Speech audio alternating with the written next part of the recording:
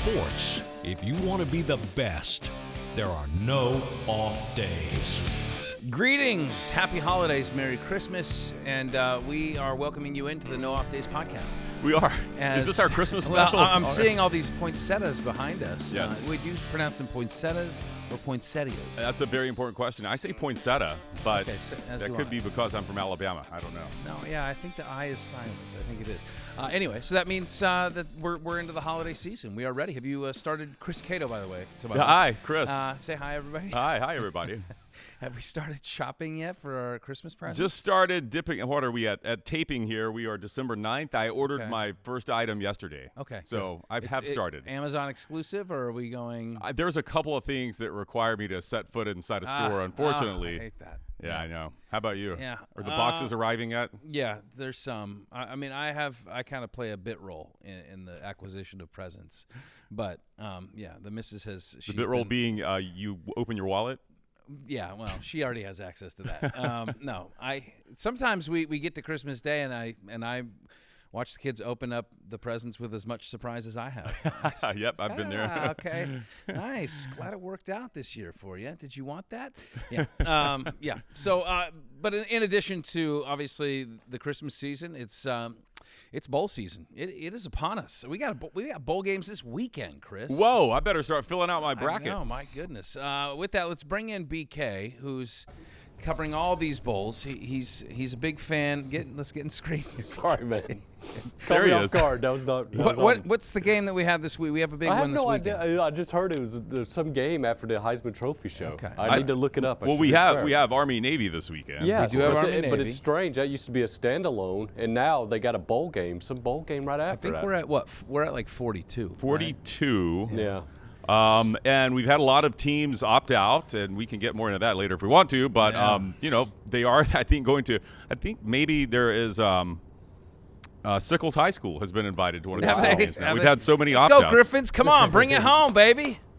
Yeah, no, it does trouble me a little bit that teams are backing out, and I think for a variety of different reasons. Some of it has to do with coaching staffs in flux, and others because they feel smited or whatever. But I just the pageantry of college football includes bowl season, and so even for players, like if you're not competing for a national championship, it's still fun to like take a trip as a team to go somewhere, feel like you get swagged out with all the. It's a reward you get to for play another game. I get it's not like, it sometimes kind of enters like the NFL Pro Bowl levels of like who cares, but like I think for a lot of these teams, there are 42 bowl games. There's a lot of guys that want to go out there and win and end their college careers with a victory and a nice little memorable experience. I mean, the USF, they went to Hawaii? Was that last year? Yeah, last year. Yeah. Great game, by the way. But like, how cool is that experience for these guys, these student athletes? For many of those are never going to be gracing NFL rosters, but they get to end with a cool moment with their team. But whatever. Well, sorry, USF, you're going to Orlando this year, so yeah, not quite as far.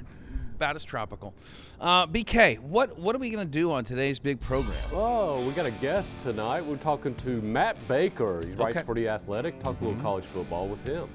All right. Well, this is going to be a college football heavy show then. That's good. I know Matt's going to bring some sizzling takes, and we're going to provide some as well. Hopefully we don't step on each other's toes, but we have plenty to get to. At the end of the program, BK. How about a randomizer? Holiday treat for everybody to randomizer. Okay. it really is a treat. It is. Is this like a holiday edition of the randomizer? I tried to put that in for the theme, but randomizer didn't like that. Rejected it, huh? It did. So you just got regular generic randomizer questions. Speaking of, and I'm glad you're with us on this, BK, because speaking of bits that are unique to the nodpod.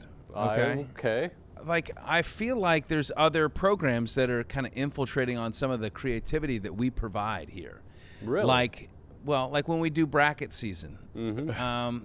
There's another program here in town that is encroaching on our territory. Is that right? Chris? Do you know anything about this? Are you talking about those guys over at the Sports Talk radio station? No. Oh. I'm talking about those hacks over at Florida Tonight. Come on. The Christmas movie bracket. What are you doing? Yeah. Did you pitch that idea? That was not my idea, no. Hey, God. Yeah. All right, where are we at in that, by the way? Just started round 1. We've got some good 16 matchups. movies? 16. You found 16. It's Are the any of Sugar them Plum. Hallmark? Sugar Plum 16. Yeah. We got Christmas Vacation versus what was tonight's? Christmas Vacation versus Home Alone 2 Lost in New York. Okay. Wow. That's not a bad Yeah, matchup. it's pretty but good I think matchup. it's probably going to go one way. But it depends on who's voting. I don't know who the Florida Tonight audience is. So, maybe if it's a younger demo, they're probably not going to get Christmas Vacation. I think it's One Old Alligator. That's Okay. our There you go. audience. Yeah. All right. And what, Christmas Vacation is a 1 seed? It's we didn't Overall number one? seed these. We just Oh. matched them up. We gave the right. the computer did it for us. The robot. Yeah. They're my number 1 seed, right? gotta Are be. you, I know Yeah. Chris is with Christmas me. Vacation number 1. Brian? Oh, it's got to be Christmas. Christmas Vacation, yeah. Okay. You seem like you'd be like a throwback guy. Like Miracle on 34th Street or something like that. It's a Wonderful Life. It's a Wonderful Life. Not really. I'm not a No. movie guy, but I mean, Christmas Vacation, I did watch that, so yeah. Okay. Christmas Story, yeah, maybe. I don't know. Yeah, I like the Home Alones too. Those are watched a lot. Yeah. I like the Grinch movies. There's like 18 different Jim versions Carrey? of them. They're all good. Or the I like the Jim original? Carrey one. I like the old original where he's all red-eyed and angry looking. Anyway, back off our territory, man. You gotta, make a stand. Well, If you don't take a stand, you'll fall for anything. Right? if it's a good thing, then why can't there be more of a good 'Cause thing? I I want agree. it to be our good thing. It's us. I'm the three of flattered. us, I'm the flattered, three Cato. amigos. Imitation is the greatest form of flattery. flattered. I suppose. All right.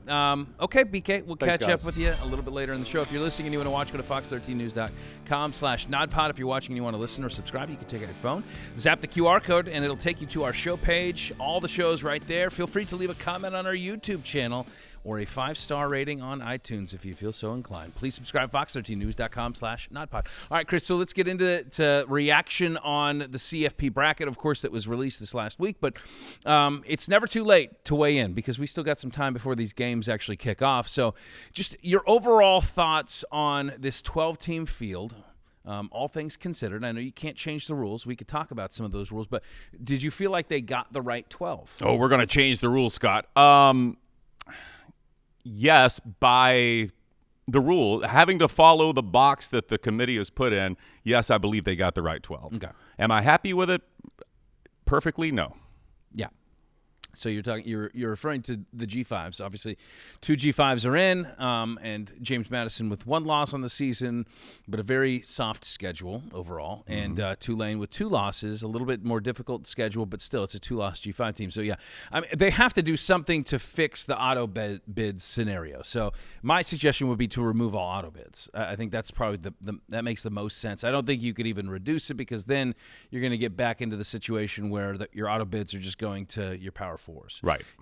So we have to create enough leeway to where in seasons like this we get the right teams, and the auto bids kind of hamstring you a little bit in that regard. So I would say that you maybe lay out some specific qualifications. If you still want to force a seat at the table for the G5, I think you make specific qualifications in terms of where you are ranking-wise, where you are record-wise.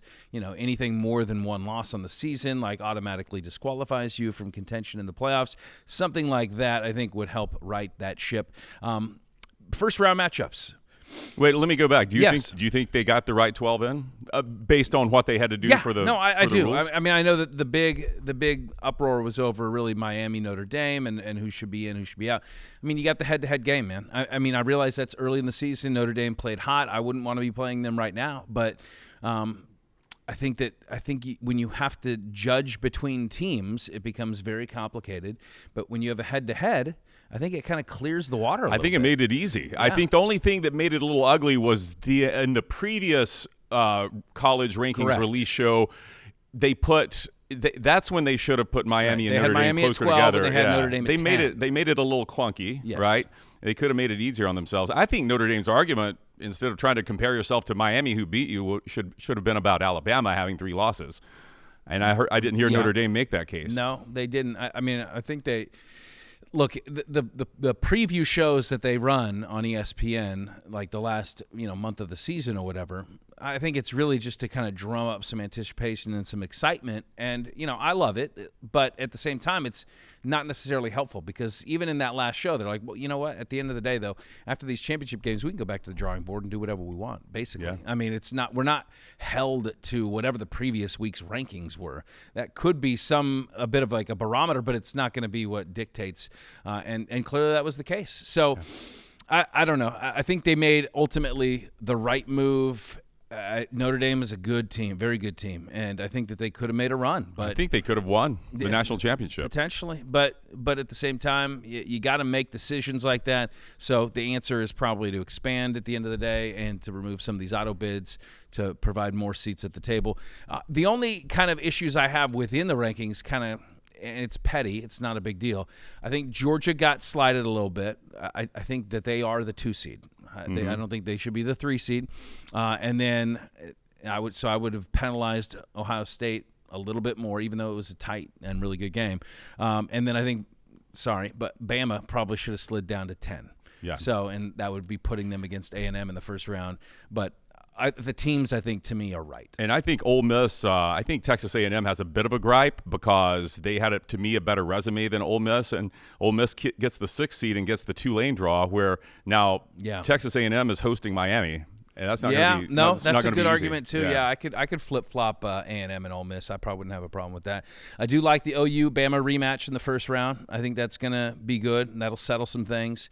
And I do like the A&M Miami matchup as well. So I mean, say what you will about Miami, but they have a very talented roster. They do. And that defense can really get after teams. So that will be a fun one for sure. All right, let's get into the Notre Dame situation because this week Notre Dame athletic director Pete Vivacqua says that the ACC launched this targeted social media campaign against them to kind of juxtapose their resume against Miami's resume, and he says that it's created some real damage to their brand and their relationship, I guess, in the ACC.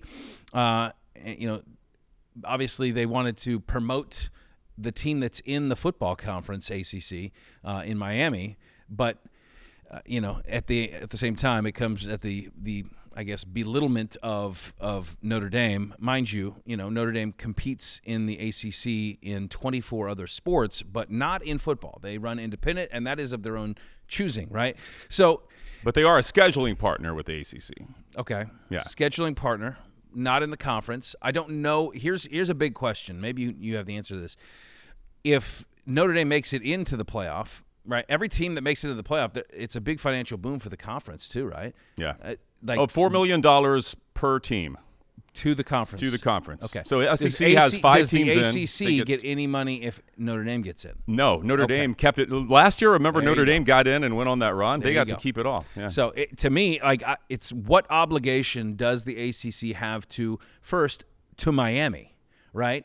Because the most obvious storyline when you have to make these last cuts is the head-to-head between Miami and Notre Dame. They're sitting there very close in resume, but they do have a head-to-head. So what obligation does ACC have? If they do not promote their own teams or try to at least push them across the finish line, which what every conference would do, then are they not slighting the team that is in their football conference? And that's what Jim Phillips said, essentially, in his statement. He said, we value our relationship with Notre Dame, tremendous respect for them, but we have to advocate for all 17 of our football-playing member institutions. Correct. And so it seems it's almost like, right. No, like Notre Dame says, yeah, I get it, but there's a better way to do it. But what is that better way? Because I don't think that there is. I mean, if you ignore the elephant in the room, which is the comparison between them and Notre Dame, Miami and Notre Dame, then you're missing the biggest comparison, the biggest story, right? Yeah. You can't just sit here and boast their resume, but against what, right? It's always against what? Whenever we have to make these cuts in the playoff, it always comes down to, okay, very good team, very talented, quality wins. I see that, but what are we measuring them against? And it seems, again, sour grapes. I think that's what this is. I think if Notre Dame wants the ACC's full-throated endorsement, then they obviously need to be playing football in the ACC conference. Yeah. And outside of that, especially with the financial obligations that you said, like I think the ACC should do right by its members. And I think I could make you the argument that being a scheduling partner with the ACC actually hurt them this season because of the quality of the teams they played. Outside of Miami, but they lost that one. But other than that, they played Pitt, who's a decent team, but they played the likes of Syracuse, awful. Boston College, I think, had 2 wins. They played Stanford, which they do every year. They played NC State, who won 4 games. So I think Notre Dame kind of did this to themselves in some ways. I get where they're coming from. I do agree that they are one of the hottest teams in the country now, and I think this would be a better playoff with Notre Dame in it. But, you know, I'm sorry. They need to point the finger back at themselves a little in this. Right. It kind of feels like the argument that we were making last week with the Texas, situation, how, hey, well, we're going to stop scheduling tough non-conference teams at the beginning of the season if this is what's going to happen, if you're going to penalize us so heavily for losing that. But at the same time, you say, okay, but you also decided to go into the SEC, right? You could have stayed in the Big 12. Like, at this point, I get it. Like, you are everybody that is on the outside looking in feels like they were overlooked in some regard, right? Yeah. They didn't. The committee didn't get the full picture. They got the wrong team. They didn't get us, and everybody's got to fight for what they think is theirs.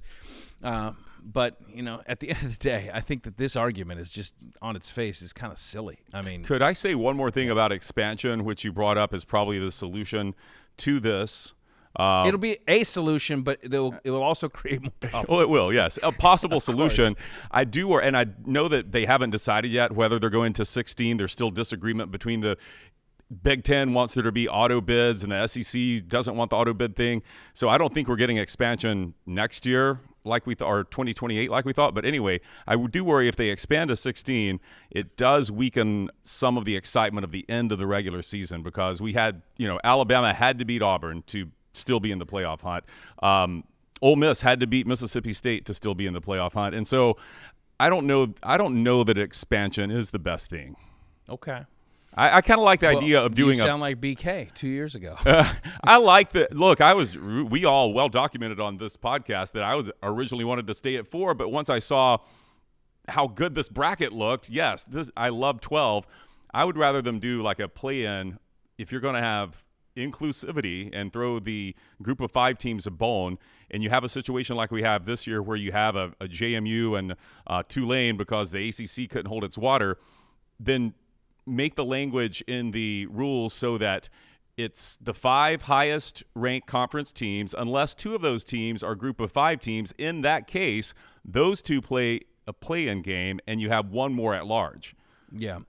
Okay, so let's get into solutions then because – yeah, I mean, for me, I would just eliminate all auto bids. I think if you expand the net to 16 teams, that will naturally include G5s that are exceptional. You think every year you'll have a G5 that gets up to 16? You won't. You won't. But it will hit at the heart of why we wanted to put a seat at the table for the G5.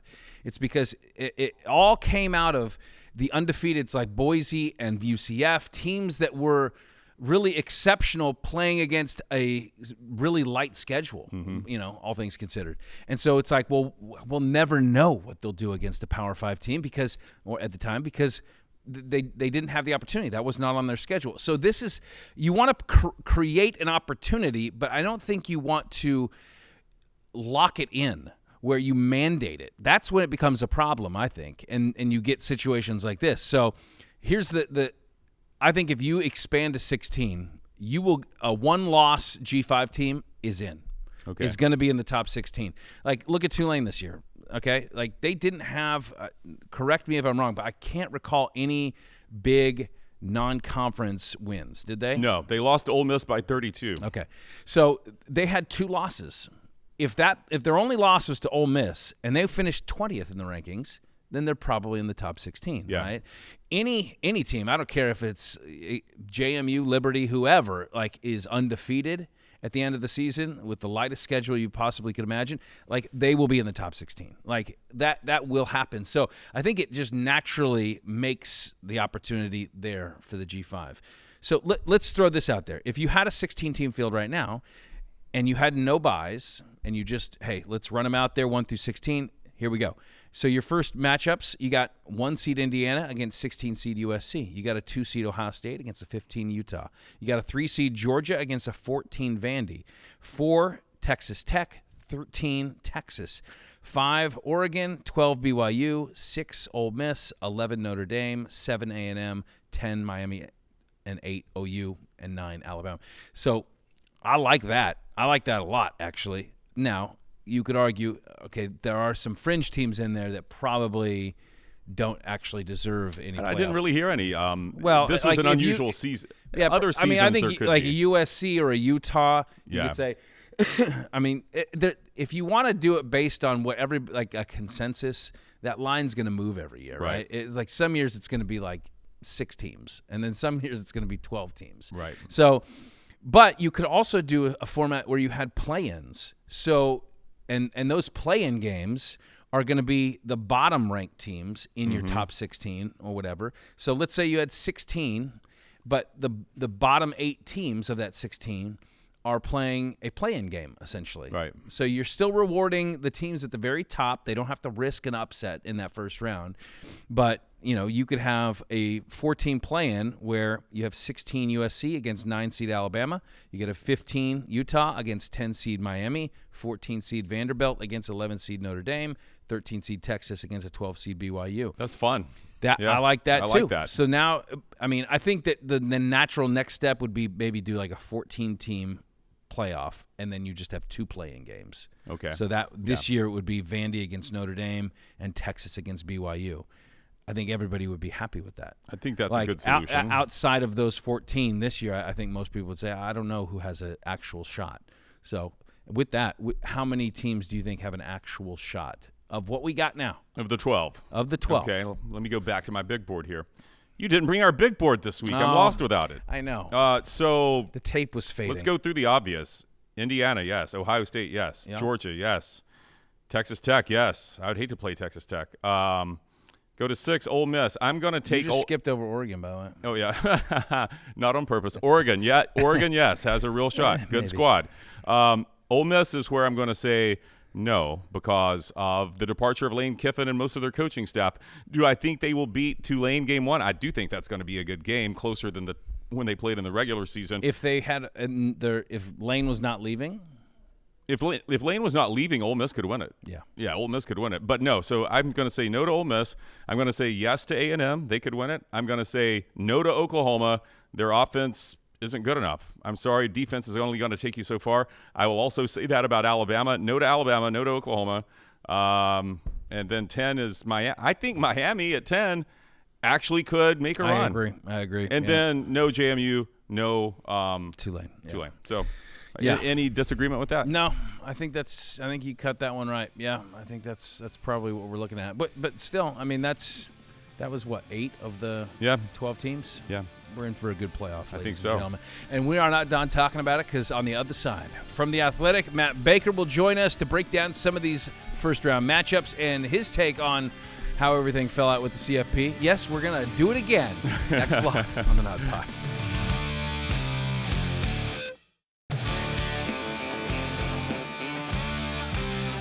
Welcome back to the No Off Days podcast. Chris and I spent the first block talking about college football, but we're just some schmoes. Well, what It's do we time know? to bring in someone that actually does this for a living, follows college football as his profession. So without further ado, let's welcome back to the Nod Pod, Matt Baker from The Athletic. Arizona State head coach Kenny Dillingham recently said that every fix creates a problem. And in my opinion, there could not be a more succinct slogan for what college football is right now than that. So, Matt, we come to you for solutions. Oh, God. As it relates to just playoff selection and the process that plays out there, what are some fixes that you think would at least create fewer problems? Yeah, there's no perfect solution. If there was, that we would already have it. I'd also say that no matter how many teams there are, somebody is going to be left out. If there's 12 teams, there's a number 13. If there's 16 teams, then there's a number 17, right? NCAA basketball has got 68 teams, and still somebody's upset because I only lost 3 games in my mid-major and I didn't make the dance, right? So there's always going to be somebody that's left out. I do think expanding the bracket will help a little bit. I think 16 could work. I really struggle to go beyond that for a lot of reasons. 16, I think would certainly fix this issue because, Notre Dame, the fact is Notre Dame, Miami, and Alabama all had good cases. 3 teams, 2 spots. So somebody was going to get left out. I think we can really look at the fifth conference champion. I think that's a fair discussion. If somebody is number 24, do they have to be in just because they're the best of the rest? I think that's a fair conversation. I don't want to get them out completely, but maybe there is some sort of metric where they have to be at a certain level, or where you allow a 2017 UCF, you can make sure that those type of guys are in, but a James Madison team that lost to Louisville by 2 scores, maybe they're not in. So I think those are the types of things. I think more transparency from the selection committee during the actual thing that matters would help, where we can get a little bit more of a look into how they make those final decisions. And then I also think getting rid of the show for the first 5 weeks would be good. Like that's to me is part of the issue here. When you look at some of the controversies over the years that come to mind, 2014, Ohio State getting in over at Baylor and TCU. They jumped up, I think it was 3 spots on the final week. That's kind of weird. We understand the why, but it's still kind of weird. Florida State, Alabama 2 years ago, where Florida State wins the ACC and they get knocked down. And then this one as well, where I would have put Miami ahead of Notre Dame all season long because of that head-to-head win, and the committee didn't until they did at the end. Like, I think the inconsistency to me is what is a real factor here. So I think getting rid of the stupid show for the first practice sessions and makes it so the only voice that matters is at the end. I think that might be at least part of a solution here. And obviously the show would correspond to the revealing of the rankings as well. So you would say like no CFP rankings until the final ranking? I kind of like the NCAA basketball model where there is one during the year, or, I can't remember when it is, but there's one kind of heading up to Selection Sunday a couple weeks before, and then there's the final one. I think that could be fine. I think you could do a November 1st look in and say, hey, here's where it would be right now, to give us some, a little bit of data, a little bit of an idea, but also make it so that it's not, we're not waiting every week trying to see who is up and down, knowing that none of it really matters anyway. We've discussed, obviously, Steve Sarkisian's kind of comments about playing non-conference power teams early in the season, how that may be going by way of the dodo bird. Do you think that there is a solution there, or is that just going to be what it is based on the strength of their conference schedules? Don't lose to Florida. Like, I know what Sark said, and I know why he said it. Oh, we lost to Ohio State in a close game. We played now they're the number 2 team in the country. We played one of the best teams in the country, better than anybody. Okay, I get why that was his selling point. Don't lose to Florida. That's the issue. Losing to Ohio State, I would say that would be more impressive than beating Bowling Green or somebody like that, the way that that game played out. The issue is that they lost to one of the worst Florida teams in decades. Period. End of story. So I think if anything, the non-conference game can be a boost when it's done right. I mean, we're having this conversation in large part because Notre Dame got left out of the playoff. Who did Notre Dame get left out, or how did they get boxed out by? Miami, because they won a head-to-head major marquee non-conference game. Right. So it goes both ways there. I think we do need to, as we look at everything in this sport, we do need to look at ways to preserve those types of games because, first of all, they're really fun. They're good for fans. I think it's exciting when you see a team that my guys haven't played this team before. Just different rosters, different fan bases, different traditions to kind of get to know. It breaks up the monotony of the same schedule every year, the same opponents. And you also need those data points too, right? There's only 12 games in college football right now, not including the conference championship. So you need those games as data points to see how is the SEC compared to the Big Ten and the Big 12 to the ACC and that sort of thing. So those things are important that we protect. It's just I don't want to hear the whining from Sark about that's what cost them the spot. No, losing to Florida is what cost them the spot. Oh, it's the regular season, then you have the playoff season, the bowl season, but you have whining season that happens right in between those two, right? Yeah. And it's been Uh, brutal. Speaking of whining, earlier in the podcast, we were probably a little less than charitable toward Pete Bavacqua, AD of Notre Dame, and his charge against the ACC. But in fairness to Notre Dame, do you think that his case has any merit at all? Yeah, if it were me, and I was an AP voter for a number of years when I was at the Tampa Bay Times, I would have had Miami, Notre Dame, Alabama in that order if I'm picking between those three. Alabama obviously was not good at all against Georgia. You and I and anybody watching and listening, they had 3 more rushing yards than Alabama did against Georgia. And it's not just that. Alabama wasn't great down the stretch. The Iron Bowl was a competitive game. It's the Iron Bowl. Okay, throw that away. But some of the other games down the stretch, Alabama was not super impressive. So to me, yes, I understand their head-to-head win over Georgia in Athens. I was there. I saw it with my own eyes. But we also have to look at the body of work. And Alabama, I thought, would not be as good as the other two. So yes, I do think Notre Dame had a point in all of this. But it's also just, look, this is the system. There's 3 good teams, 2 spots. Somebody's going to be left out, and somebody's going to be unhappy. And the solution is there was a botched extra point against Texas A&M, right? They couldn't stop Malachi Tony early against Miami. They couldn't run the ball against Miami. That's the solution in some of this, because a lot of it's not anybody's fault. It's the way the schedule falls. You schedule Arkansas, and this is not a good Arkansas team. So there's all sorts of things that can't go your way, but win some of the games, win the tight battles that you can, and that'll give you a better chance. Matt, what's the most intriguing round 1 game in your opinion? Oh, that's a really good question. I'm curious about Ole Miss and Tulane because I have no idea what to expect. Zero.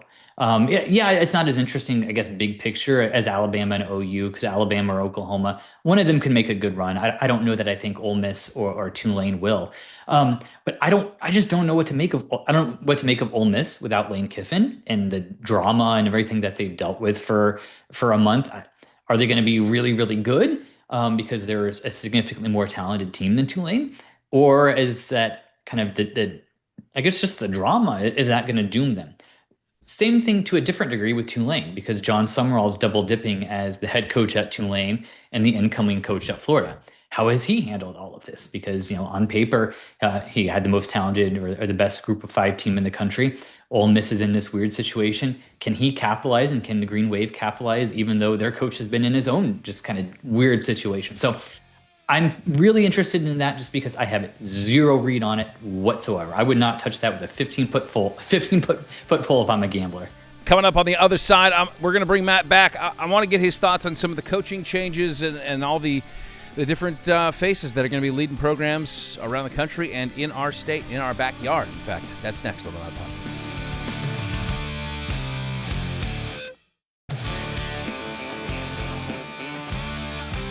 Welcome back to the nodpod. College bowl season also coincides with college coaching carousel season as well. A lot of season there. Yeah. A lot of seasons going on simultaneously. So for more on that, let's welcome back in Matt Baker. As it relates to the coaching carousel that played out, and these may be the same questions, but I'll let you decipher. So, who won the coaching hire? What school won the coaching hire in the offseason, and what coach landed the best job? They may be the same, they may be different. Yeah. So, I guess if I wanted to give you a different answer, I think Virginia Tech getting James Franklin might have been the biggest win. Well, with a Lane Kiffin asterisk, we'll get back to here. Just because he is a proven winner. He's a proven program builder. No, it did not work out at Penn State to the level that they expect, because they expected national championships. Well, why could they expect national championships from James Franklin? Because the program had been down for a bit before he got there. They expect it because he built them up to that level, right? To the top 12, top 10 level, and they were there consistently. So to the point where he couldn't break through that ceiling, and that's what was his undoing. If Virginia Tech, which in an ACC that's winnable, as we've seen this year, if Virginia Tech can get to that point where they're whining or complaining or thinking about firing James Franklin because all he does is go 10-2 every year, man, that would be fantastic for the Hokies. So I think that's the answer to that. The best job on the market was LSU, and Lane Kiffin going there. Obviously, all the drama with that has potential to work out very, very well, like national championship or bust kind of thing. It could also go spectacularly terribly, where in 3 years, if he wins high enough that the Dallas Cowboys want to hire him, or I mean, look, he hasn't, other than FAU to Ole Miss, he has not had a good exit. Everything has been on very bad terms. So I would expect this as well, just because of the nature of just his history and what he's shown. But for now, like, he got the best job. LSU was the best one on the market, and that has the potential to lead to national championships before a spontaneous combustion. Yeah, I think a lot of Gator fans think that maybe they got the consolation prize in John Sumrall. Is that how you think they'll be looking at it a year, 2, 3 years from now when it comes to who their head coach is? The first caveat is no one has any idea. Like, coaching hires are such a crapshoot. This is a terrible answer, and I apologize. But nobody has any idea. There's so many unknowns in terms of how does even Lane Kiffin, can he recruit at the elite level that an LSU does? At Ole Miss, he needed to use the transfer portal because he wasn't going to get the 5 stars out of high school. At LSU, you can get the 5 stars out of high school. So can he consistently get those types of dudes? I don't know. That's an open question. So I pivoted there just to say that no one has any idea how any of this stuff works. Otherwise, we wouldn't be dealing with so many zillion-dollar buyouts, right? As it relates to John Sumrall specifically, he can absolutely do the job. Everybody that I've talked to about him views him as a rising star in the business. I understand the Billy Napier comparisons that I heard before he was hired and afterward. Sumrall did it at 2 places, not one. He did it at Troy and won at a high level. I think he lost 4 games over 2 years. Did it at Tulane. And then the way the portal is, he basically had to hit the reset button again. And then Tulane was even better this year, and they're in the college football playoff. So that gives me some level of confidence that he can do it at Florida because he's rebuilt a couple different times in a couple different ways. So I can see it as a consolation prize, and in some ways it is, but has the potential. Let's see how I couch that. Has the potential to be a very, very good consolation prize. Because if you're telling me he builds Florida into a consistent champion or a consistent championship contender, yeah, I can buy that. And finally, before we let you go, this news obviously just came down as we tape this today. Utah reaching that landmark settlement with some, being able to acquire private equity through, was it Otro Capital? Mm-hmm. How do you think this is going to impact college football? Oh boy, that's a great question to leave on. We could talk for an hour about that. Massively is the answer, and I have more questions than answers. But here's some of the questions that I have. If this works, how much more money is Utah going to make out of all of this, and where is that money going to go? How many schools are going to follow? Not all of them are going to be successful. So what happens to the ones that don't? Like the private equity firms that get involved, they're not doing this to lose money. They're doing this to get money, and they think they will make it back. What happens if they don't? Who's holding the bag? Is it the university? Is it the students and student fees and tuition? Is it the taxpayers and the tax dollars? Like, how is this going to go work if it doesn't go well? So there's a lot of unknowns and a lot of risks here. But Utah felt they needed to do something. Honestly, I covered the Florida State, Clemson, ACC lawsuits very, very extensively. I can't even tell you how many pages I've read in those. But the arguments are the same: is that a mid-power program needed to do something to try to compete at the highest level. And they thought in this case the risk was worth taking, and they were the first. They will not be the last. This is the way it's going. And I have all sorts of questions about how is this actually going to work, and the money and the risks and the rewards and all of it. So that's a terrible answer. I wish I could give you something better. Other than that, this is the start, like it or not, and it's going to be fascinating to watch it unfold. And I hope it works best for everybody, because college football is a beautiful, glorious, stupid thing. And I hope it continues to be a beautiful, glorious, stupid thing in the way that it has been for years. We'll end it like we started it. Every fix creates a problem, right? Darn right, so it does. We'll see what the next one is. You can follow him on X. He is Matt Baker, CFB. Matt, we appreciate your insights as always, man. Sure, thanks. Can never get too much of a fill of college football. You sure can't. I don't want to back away from the table, but we have to at this point. And we're going to bring BK back on the other side as our fun block. It's time to dial up that randomizer. Spark plugs. Oh, no. Get it tuned up. Here we go. That's next.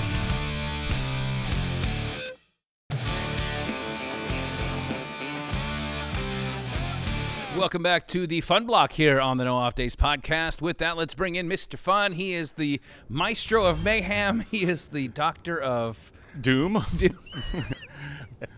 Brian. Doctor of depression? No. He's bringing the chuckles. That's right. He's Mr. Chuckle. Mr. Chucklehead. Here Lieutenant he is. Laughter. Look at him. That's He's just grinning ear to ear. He can't wait to start talking and getting this segment started, but here we go. We're taking all the time. Now he's getting really uncomfortable. Yeah. Okay, sorry. All right, BK, take it away. Randomizer, all right? Let's do it. So we'll just fire up this bad boy. You tell me when to stop it, and it will stop on a random question, and we answer the question. Okay. Very simple. All right. You ready? friend? Who's going first? I will cede to my older cohort here. I don't think so, but I will take it. Let's go. Okay, let's For this time. And stop. If every object you ever misplaced or lost magically reappeared in one room, what lost item would you most be excited to see again? Holy cow. Does money count? I've lost a lot of that. Yeah. Dignity? No, I would say There it is. This Been is in this room, this is closet the whole time. There's an essential thing you need in Florida, and that's a good pair of flip-flops. Right? Would you agree? Agreed. And so I had the perfect pair like 4 years ago. And my feet are oddly shaped, not to the point of curled toes like some of us have. No shrimp toes, but they're kind of wide and they don't fit in a lot of flip-flops, you know. Square feet. I swear I have my brother says I have shoebox feet. Shoebox shaped. Yeah. So that usually explains the athleticism. Yeah, well, I'm a good swimmer though. They're really There you wide. go, paddles. They're like flipper out there. So most flip-flops I end up with a lot of if I get them bigger to fit my wide foot, then I've got a lot of toe overhang, extra material sticking out there. That's not. It's good not a good for look. Then it looks coordination. like I've got tiny toes, and I trip a lot. But I did find a few years ago this one pair just wide enough and it not too much toe overhang, and it was so comfortable. The thong thing wasn't cutting in between my toes, and I'd worn them in really good, and they were perfect. And I don't know where those things went. I wish they would reappear. Swept away in the ocean, maybe? Gosh, no, it wasn't an ocean situation. I don't know if it was. I don't know. I think somebody got jealous of them and took them. Oh, they're in that room. We got to find it. I would say, to that point, I've lost a lot of sunglasses. Yeah. And every pair of sunglasses that ever cost me anything other than $10, I've lost. They're gone. Well, all the ones that cost $10 or less, still got them, baby. I can't lose them. No, I would say. So I had my favorite baseball player growing up was Lou Whitaker. Okay, most people don't know that name. You've changed. Played for the Tigers. Used to be Jose Canseco. No, it was never Jose Okay, Canseco. all right. Lou Whitaker is my favorite player of all time. And I had an autographed Lou Whitaker baseball card. And when I was my older sister, she would, whenever the parents left town, she would have a party at the house. Heck yeah, she would. And one of those parties resulted in my baseball card collection being pillaged. Oh, taken. no. And in that group was my Lou Whitaker card, and don't know where it is to this day. I guarantee you it didn't end up in the hands of someone that loves Lou Whitaker, although I can only hope. But yeah, so that's what I would like to see again. Did Sister Smith ever replace that card? Of course not. There's no accountability. No. Yeah. So, yeah, I miss it. Wow, that's a good story, man. That's a bad BK. one. Wow.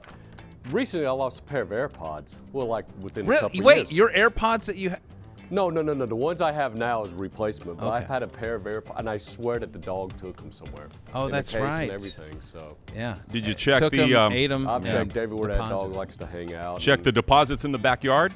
I've not checked those. Oh, you got to get through it, man. Well, I'll just let them be at that point. But Air yeah, poods. AirPods, man. I cannot find those crazy things, man. So yeah, that's it. But good story, Scott. I like that. What about my story? Your story was good too, Cato. Flip flops, and we got a brother Ken here with feet issues. It's not You an know? issue. They're just wide. Yeah. Am I Not the only long. one that doesn't have a foot issue? I But might you have can a swim foot issue. well when we with get them, into and it. I can swim well with my feet. So hey, Your Your toes, toes were made for the ocean. they swim on their own. yeah, They're shrimp. They do. Yeah, I swim in a circle for some reason. Do shrimp swim? Yeah, they Yeah. have to. Okay. Yeah. I didn't know. Well, they're crustaceans. I You thought think they they just- maybe like lobsters. They crawl on the bottom of the sea. I don't know how it works. All right. You ready for the next one? Yeah. Please. And stop. If a book was written about your life, what chapter would you want to be ripped out? Gosh. Oh, wow. I don't know. I was a foolish young man through most of my before I was really an adult, and I was not an adult for many years when I should have been an adult. So I would say, let's say from age, can we go from like age 12 to age like 29? Whoa, Wow. that's a lot of your story. It's okay. It's a pamphlet. It doesn't have to be a big book, you know? But I feel like no one's going to buy your book because you've taken out all the good stuff. Yeah, probably. Yeah. I don't know. That's... do you have like a specific? I don't know. What do you have a chapter? Maybe you can jar my memory into something that like specific. Just thinking of so many dumb things I've done that I wish I hadn't done. And some of those happen. Sign up for this podcast. No, never. Don't say that. No. Some of those happened in college, and one was and thank goodness I'm so old that there wasn't a lot of video cameras or phone cameras and social media. Because I joined this, one of my electives was a theater class.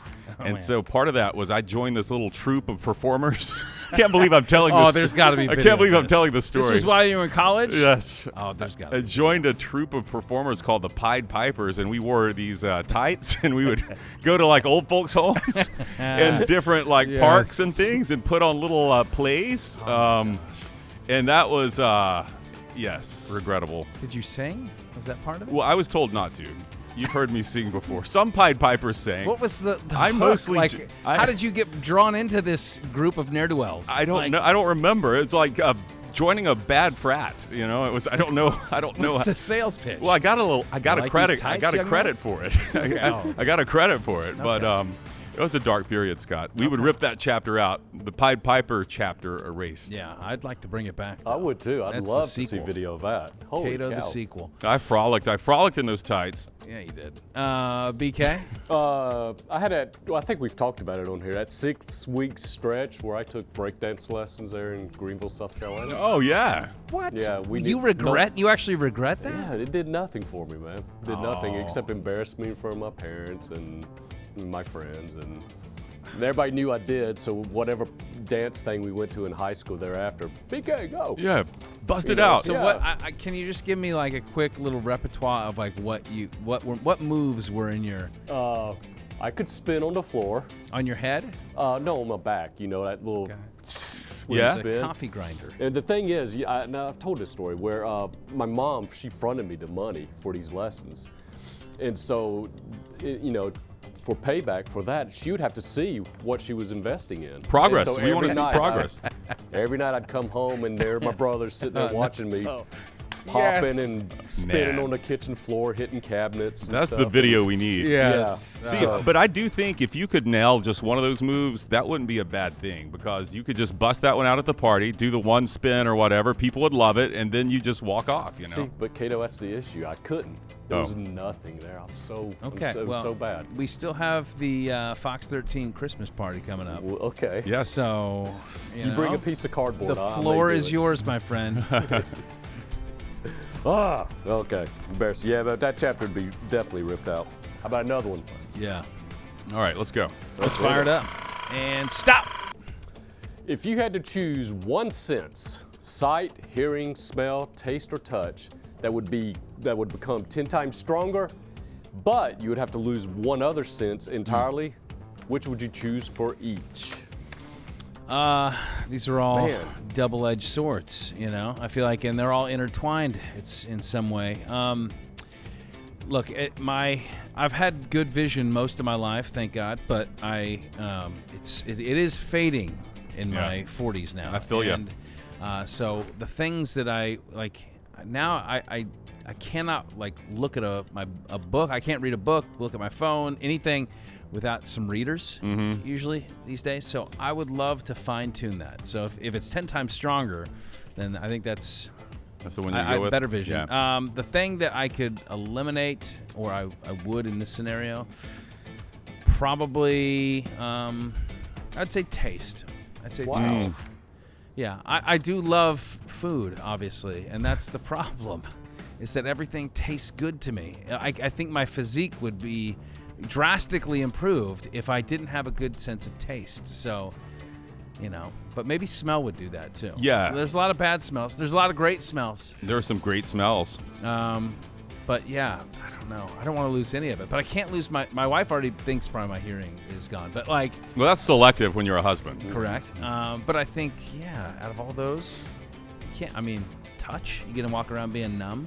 Yeah. Scratches all over your body. Probably not good. Yeah. That's what I'm going with taste. Yeah, I'll do the one that I want to lose first to bounce off of what he said, but I did research this because I know that smell is like taste. What we taste is 80% smell. It's olfactory guided, right? So the two kind of work together. And so I said to the robot here, I said, could I still taste food if I lost my sense of taste? Just with my nose processing the flavors. And yes, I could, except it wouldn't be the same. It wouldn't be nearly so as like good. coffee would not have the coffee taste. It would just be bitter and hot. But I would still be able to taste spicy foods because we don't taste spices with our taste buds. We taste those with pain receptors. So that's why I voted to get rid of taste. Plus, I think it would help with the dieting. I'm glad that you did all this research. I feel really good about my selection. You had How a about great that? Pain receptors? Yeah, that's why we get. That's how we taste spicy food. Yeah. So, don't want to lose smell, don't want to lose sight or hearing. The one I would like to enhance, if I could, with this magical randomizer, 10 times stronger, I almost said eyes, sight as well, because I wear contacts every day, and I would love to not put those things in. But I think I'm going to go hearing, just because I've had this IFB, we call it in the business, jammed into this right ear for the better part of 26 years now, and I'm having trouble hearing things. Yeah. Yeah, I mean, I'm always, huh? Huh? Yeah? It's kind of embarrassing when you're 39 like I am, and you're kind of maybe a little older, and you're having trouble hearing things. I thought you'd want to enhance touch. No, I'm already too sensitive. I'm already too sensitive. Ooh! Oh, it's so cold in here. No, I'm good on touch. Yeah, that's my answer. I want to enhance the hearing. BK? Oh, I was going to say smell to eliminate, but then Cato changed my mind now because he pretty conclusive enlightened there. me. And so I'll go taste, I guess, and then sight. Gotta have good sight. Sight's the one you would enhance? I would So enhance, BK and I got the same. Yeah. But what if your taste was 10 times stronger? See, I thought about that. Too much. It would be too think much. so? But maybe that actually helps you with your diet because you have received so much flavor that it's almost like I don't need as much. Like you're satisfied? Yeah. I don't know. Oh, that would help, though. I'm a picky eater. I avoid things with onions in them. If I could just lose the taste buds, maybe I could eat salads and healthy stuff, you know? Yeah, that's true. Unlike this chicken parm sandwich I'm about to order for dinner. Yeah. Very good. Good You got job, any more, guys. BK? That's it. my That's friends. it? That was Okay. fun. Much thanks. Randomizer does it again. Bye, BK. We'll see All you right. again next week for our Christmas special. All right. Oh, Be sure to that's wear coming your in. festive clothing. Oh, Yeah, boy. I think we're trying to dial up a special guest for that. Oh, I hope it's really No, special. No hints. Much thanks to our crew here at NodPod headquarters. We got Rochelle over here on the jib. We got Chris with a K on the ones and twos. I'm not sure who's doing audio tonight.